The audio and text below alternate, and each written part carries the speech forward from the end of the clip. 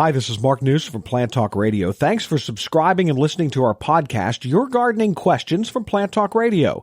To help keep this podcast free for you, we're partnering with Stoke Seeds. The 2017 Gardening Guide catalogs are hitting mailboxes everywhere. Request your catalog today online at stokeseeds.com or view virtual catalogs online. This fully secure site makes it easy to order your free catalog or your seeds or gardening accessories. More than just a listing of vegetable and flower seeds, Stoke Seeds' website is a complete resource center with valuable information on starting seeds, planting, and harvesting, plus all the gardening accessories you need to make your garden the envy of the neighborhood. Get growing with Stokes. We'll have more from Stoke Seeds in the next few weeks. Right now, today's question.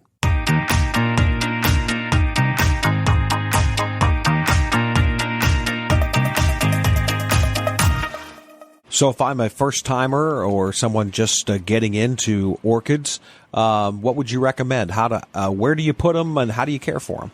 Yeah, and typically people would start with the Phalaenopsis or the moth orchid. I think the Oncidiums, which are some varieties called dancing ladies, they're little dainty yellow flowers, and they look like dancing ladies. Those are two very easy ones, and just not in direct sun. You can burn the leaves if you do that, so a filtered light and just moderate house conditions are fine. The way these plants are much tougher now. It comes down, as I always say, I think watering is very important. Orchids in nature grow on trees as epiphytes or air plants, so there's sort of watering considerations for them. And what sort of a medium would you put those in? Well, they're typically and ideally in a bark-based mix, so there's no actual topsoil or soil of any kind in there. It's bark and a little bit of peat maybe and some fertilizer, even styrofoam, and the reason for that is to keep that drainage. Mm-hmm. If you imagine the roots normally growing on a tree branch, the water just runs off. They need the water, but it doesn't sit on the roots. They absorb the moisture, and then it just runs off. So think of a tropical rainforest and those orchids up in the tops of the trees.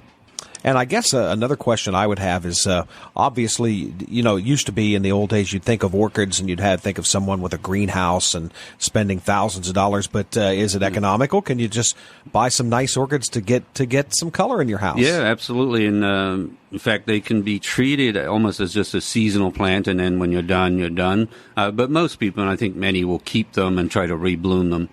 This time of year, you might get a second bloom on some of these, and then after that, it'll be all the way till next fall. So that's the only downside. Once they're done, you have a little bit of a wait there for the flowering again. But you normally get a couple of bloom cycles out of them between now and, let's say, April or so.